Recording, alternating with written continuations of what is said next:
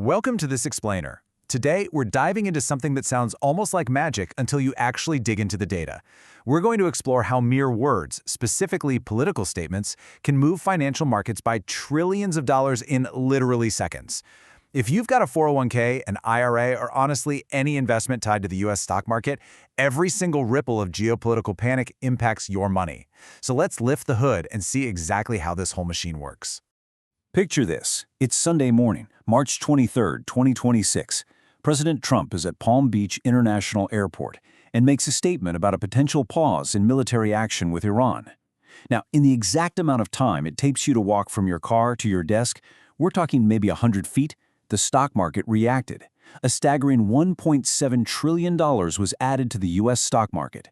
No legislation was passed, zero economic data was released, just words spoken at an airport, and the entire GDP of Australia practically appeared out of thin air. Talk about a total whipsaw effect, right? Because in that exact same moment, while stocks were surging upward by $1.7 trillion, the price of oil was violently pushed down by 15%, dropping $17 a barrel. One single statement instantly triggered a massive rally in equities and a totally brutal sell-off in energy. So the million-dollar, or rather trillion-dollar question is, how does this actually happen? How on earth do words move markets faster than a human being can even finish reading a headline?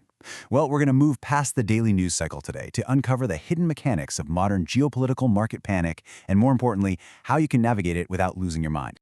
Let's break down the timeline of a crisis.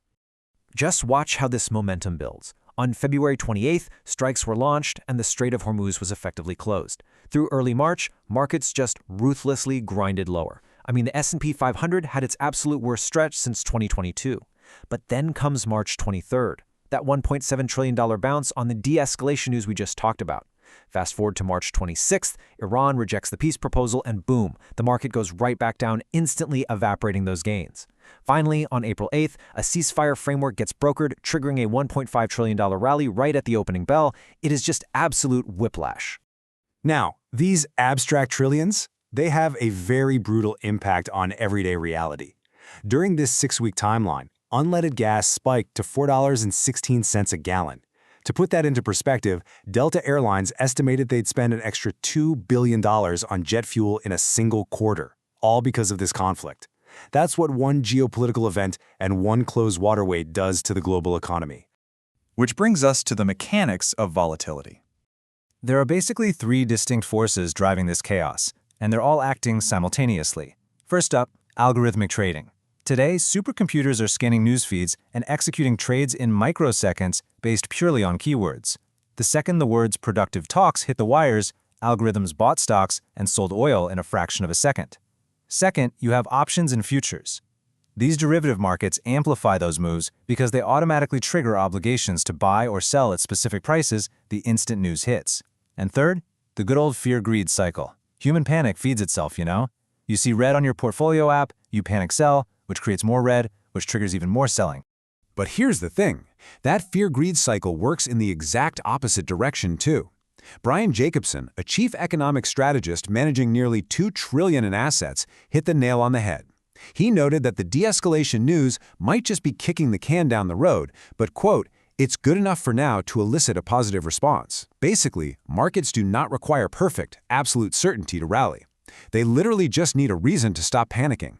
This constant cycle of panic and relief creates a very specific market behavior that we saw during this crisis, known as the taco pattern. It's totally cyclical. Geopolitical escalation causes markets to fall and oil to rise, which builds up all this pressure. Then a de-escalation signal emerges, maybe a pause in fighting or just a tweet, and markets surge. Then uncertainty returns and the whole shebang repeats. The investors who chase these daily headlines, desperately trying to buy on peace signals and sell on escalation, they were repeatedly whipsawed, but the folks who just held their ground, they survived the volatility completely fine. So let's zoom out a bit and look at the big picture. When you look at the historical data, it dramatically defangs the current panic. From the start of the Iran war to its absolute lowest point, the S&P 500 declined about 7%. And yeah, losing 7% feels really scary in the moment, but compare that historically. The Gulf War was a 20% drop, the COVID crash, 34%. The dot-com bust was 49%, and the 2008 financial crisis was a staggering 57% decline. So a 7% drop, In the context of a massive war that closed 20% of the global oil supply, it's remarkably contained. It really shows incredible market resilience. And the ultimate proof of that resilience? Despite $108 oil, despite gas at over $4 a pump, despite an entire war in the Middle East, the S&P 500 and NASDAQ eventually hit fresh all-time highs anyway. It's absolutely crucial to remember that long-term market direction isn't built on a single geopolitical event. It's built on corporate earnings, economic growth, and human innovation.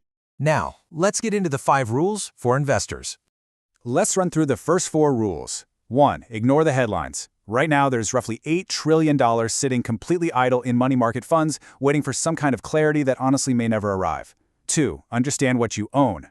If you hold a total market index fund, you automatically capture the eventual market recovery without doing a thing. 3. Expect sector rotation, not just broad market drops. And 4. Watch the Fed. Because if geopolitical crises soften the labor market, the Federal Reserve might cut interest rates, which directly lowers your borrowing costs. Actually, just to show you exactly how violent that sector rotation can be, let's look at energy. When the conflict escalated, energy stocks naturally soared.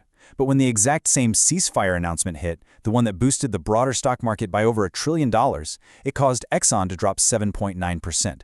That was literally its worst day since 2022. This is exactly why owning broad index funds is so powerful. You get exposure to both sides without having to guess which sector is going to win on any given Tuesday. Which leads us to the ultimate strategy. Rule 5. Dollar cost average through volatility. Think about it. When the market drops 7% during a crisis, it essentially means every single US stock is on a 7% discount. By continuing to invest the exact same amount of money at regular intervals, like just keeping your 401k contributions running automatically, you are mathematically buying more shares at a lower price. You're just buying the discount. And this brings us to the biggest takeaway from this explainer. The lesson here isn't that markets are random. It's that markets are deeply emotional in the short term, driven by algorithms and pure fear, but they are incredibly rational in the long term. Every single major crisis in the past 100 years, from World War II to the 2008 crash to COVID, was followed by a recovery that completely exceeded the prior peak. The investors who held their ground and stayed the course, they were the ones who were rewarded. So, I want to leave you with a question. Did the Iran war change how you invest? When the headlines were flashing red and the markets were literally swinging by trillions of dollars, did you hold, did you sell, or did you buy the dip? Because understanding how words move markets gives you the power to stay completely resilient when everyone else is panicking. Take a look at your own strategy, keep your financial foundation solid, and just let compound interest do its work. Thanks so much for joining me in this explainer, and keep learning.